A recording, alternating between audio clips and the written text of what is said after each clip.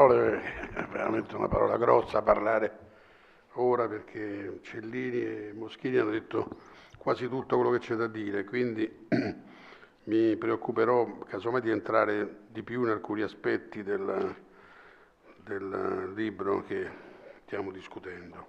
Beh, intanto bisogna dire che questo libro non è un'opera agiografica, poteva anche esserlo, vista la vicinanza dell'autore con Alberto Samonà, di cui è allievo principale è stato, e quindi la vicinanza anche a Giuseppe Samonà. Potrebbe benissimo essere un libro in cui l'autore si concedeva a una celebrazione del suo maestro. In realtà non è così, non è neanche un libro meramente informativo che dà delle notizie su questa grande personalità, ma è un libro di ricerca, questo bisogna dirlo. È un libro che, nel suo farsi cerca di interrogarsi su come si fanno libri di questo tipo.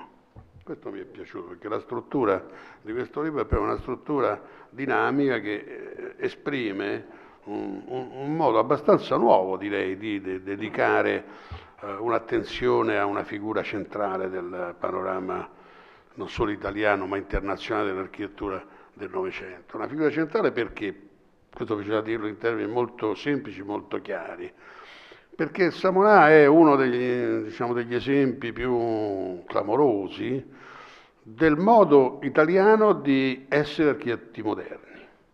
Quindi le difficoltà dell'architettura italiana di essere moderna si rappresentano benissimo in Giuseppe Samonà, come si rappresentano benissimo in 4 o 5 altri grandi protagonisti. E questo però si scontra con un fatto che bisogna ricordare. Nel 75, quando Giuseppe Samonà lasciò lo IUAV, più o meno, adesso non ricordo se 74 o 75, mi ricordo 75, gli fu dedicata una mostra e un catalogo. In questo catalogo c'erano 2 saggi importanti, uno del grande Manfredo Tafuri e l'altro del suo allievo migliore che era Francesco Dalcò. E tutti e 2 questi saggi erano, per così dire, dubitativi in un modo molto imbarazzante per chi leggeva quei 2 contributi. Era come se fossero loro, come dire, alle prese con una personalità che non riuscivano a identificare bene in alcuni tratti, ma che tutto sommato sottovalutavano.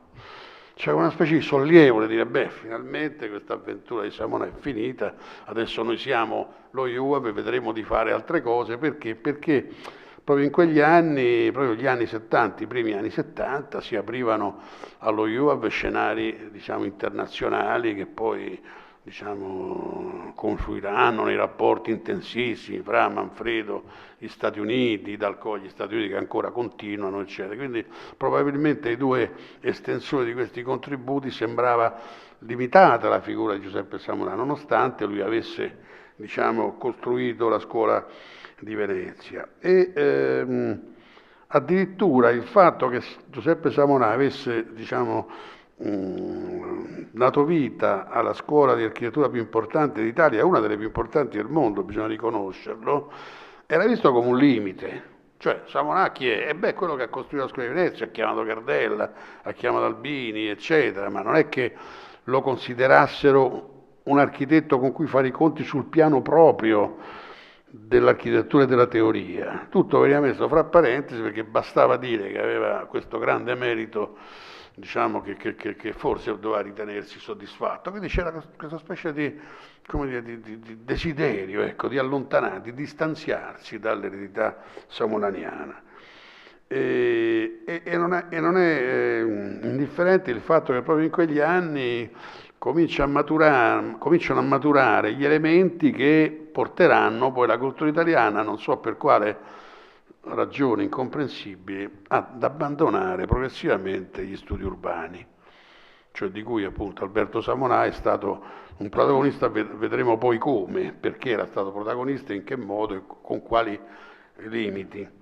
E quindi io comincio la mia riflessione proprio ricordando questo momento del 1975 che ritengo una scelta sbagliata da parte di Tafuri e di Dalcò, perché ha contribuito in qualche modo a velare, per così dire, la figura di Samonà, sulla quale da allora in poi in effetti grandi contributi prima di quello di Cesare Rinaldi non ci sono stati. Sì, continua la geografia, inventato, eccetera, eccetera, però contributi seri sulla sua architettura, cioè Savona architetto, Savona teorico, non ci sono stati, diciamo, di fatto. Questo è un costume italiano, purtroppo. Bisogna dire che la storiografia italiana ha compiuto autentici misfatti da questo punto di vista, cioè personalità interessanti per molti versi vengono ridotte unidimensionalmente a un aspetto magari neanche il più importante, mentre la sostanza del loro lavoro sta succedendo anche a De Carlo, per esempio, senz'altro, e succederà sicuramente, ma ce ne sarebbero tanti altri che andrebbero citati. E quindi io penso che sia interessante, appunto, commentando questo libro, interrogarci su quali sono, diciamo, le aree problematiche sulle quali lavorare. Per esempio, che rapporto aveva veramente Savona con la città e con l'architettura? Che rapporto aveva? Cellini ha detto qualcosa, ma diciamo, ha accennato qualcosa. Il rapporto passa sostanzialmente, giustamente lo ricordava Francesco, col rapporto con Enrico Calandra, perché la sua, come dire, è lo stampo del suo pensiero iniziale. Che cosa diceva Calandra di fondamentale, sostanzialmente assumendo uno slogan? Che la cultura architettonica in quel momento viveva nel contrasto fra tradizionalismo e modernismo. Questo era il problema. Occorreva essere tradizionali, occorreva essere moderni. Questo è un ossimoro, diciamo, che percorre tutta la storia dell'architettura italiana. E Calandra addirittura scrive un testo in cui fa l'elenco degli architetti siciliani importanti, se non sbaglio dal 1927, esclude Basile e Francesco Fighera, non si sa perché, e mette dentro una serie di nomi, fra cui Savona, diciamo, primeggia come l'architetto che lui riconosce più dotato di talento, di capacità, eccetera. Ma chi era Calandra? Calandra da dove proveniva questa dialettica tra tradizionalismo e modernismo che lui metteva al centro della questione architettonica in Italia? Dal pensiero di Adolfo Omodeo, che era uno storico delle religioni, e io mi ricordo che io non amo mai fare riferimenti biografici, ma mi ricordo una volta Giuseppe Sanò mi disse: io ho frequentato, ho seguito l'insegnamento di Adolfo Omodeo, come dire, mi identifico in molte delle cose che lui sosteneva. E Omodeo era, diciamo, un idealista che in un certo periodo della sua vita è stato anche molto vicino a Gentile. Quindi, diciamo, a quel momento della vita culturale italiana profondissimo, in cui appunto la filosofia idealistica si è divisa in due rami, un ramo, diciamo, storicista, che era quello crociano, e un ramo invece, l'attualismo gentiliano, che invece aveva una dimensione, come dire, paradossalmente eroica, in cui non contava più la storia, contava il modo con cui la storia veniva infranta da un atto puro cosiddetto, cioè una scelta in cui l'idea si coagulava nella rivoluzione, nella costruzione dello Stato, cioè, quindi non aveva quell'accademismo dello storicismo. E quindi per questo Gentile poi come dire, si associò, per così dire, al regime fascista, perché vedeva in Mussolini uno che aveva avuto il coraggio di compiere un atto puro conquistando il potere. E quindi dietro, diciamo, Calandra c'è il pensiero di Omodeo, erano anche parenti, e c'è tutta una ramificazione, diciamo, di un tessuto di appartenenze, di violence culturale in cui c'è dentro Giovannoni, citato anche appropriatamente da Francesco Cellini, ma c'è anche, e direi soprattutto, Piacentini, che per quanto riguarda l'architettura è stata la cerniera su cui tutte queste, diciamo, volontà sono passate per questo centro che è diventato il centro di gravità del dibattito italiano, influenzando addirittura anche in negativo, cioè perché li ha avversate personalità come Giuseppe Terragni, l'unico che lui non ha mai capito. Terragni non è mai stato capito dai Piacentini, che invece ha capito benissimo Giuseppe Savona, a cui credo abbia dato l'incarico di via Barberini, di via Bissolati, non so come si chiama, quelle due, quel piccolo edificio di raccordo, che è stato un incarico di... Ecco, quello sì, via Barberini. Certo, quello in curva credo sia stato proprio un incarico che stava facendo quell'operazione, eccetera. E quindi, come dire, c'è tutta come dire, un sistema, diciamo, di pensiero, eccetera, che andrebbe approfondito proprio perché lì vengono fuori alcune come dire, delle costanti paradigmatiche del lavoro samuraniano. È in quel clima in cui appunto si pensava al Medioevo come alternativa alla rigidità positivista da una parte, ma anche agli eccessi dell'idealismo, quindi alle astrazioni, nasce l'amore per il Medioevo. Non a caso Zevi lo erediterà.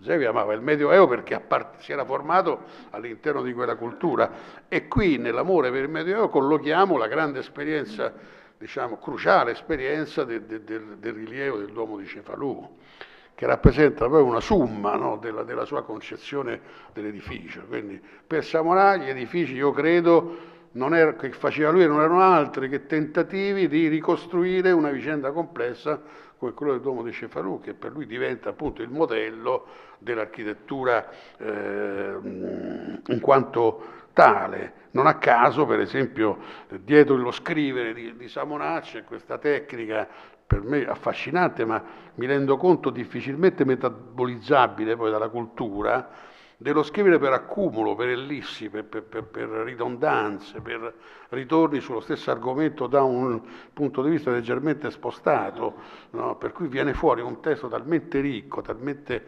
articolato che diventa poi difficile sintetizzare in uno slogan, cosa che invece la cultura del Novecento alla fine richiede. Bisogna dire una cosa con 3-4 parole, altrimenti non diventa operante. E allora sarebbe bello se avessimo tempo, se è vero che Cefalù è, per così dire, il fantasma, diciamo, di edificio a cui tutti gli altri suoi si accostano spaventandosi o divertendosi da questa apparizione fantasmatica, che rapporto c'è tra il progetto meraviglioso per Cagliari, secondo me il più bello, e invece a mio avviso il progetto meno significativo, eppure che ha avuto invece molto successo, per gli uffici del Parlamento, laddove c'è questo ironico, secondo me ironico, profondamente ironico, da siciliano direi, come dire, commento alle Corbusier dell'ospedale di Venezia,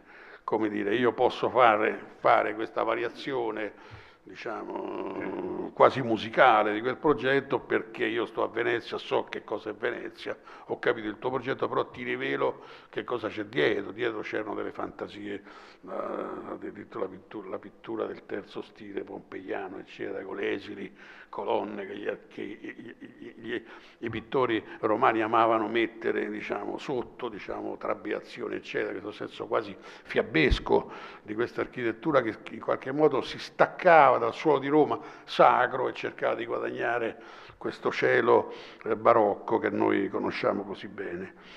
E quindi Cagliari, e poi invece secondo me il progetto, anche questo straordinario, purtroppo non finito, del teatro di Sciacca, straordinario perché qual è diciamo, il contesto con cui si misura Savonà? Non è mica la città di Sciacca, volta le spalle alla città, è il mare, cioè è costruito sul Mediterraneo, quindi il rapporto di questo edificio è con il mare omerico, cioè con quanto di più profondo e terrificante possa esistere per un architetto, cioè accettare questa sfida, non dissimulare questa cosa, non adeguarsi, ma proprio coraggiosamente guardare l'orizzonte e costruire questa gigantesca mole ben scolpita, eccetera, forse penalizzata probabilmente da un eccesso di dettagli, come dire, di mano di Alberto, che probabilmente a un certo punto è subentrato al padre e ha portato avanti lui la grande fabbrica, che purtroppo è rimasta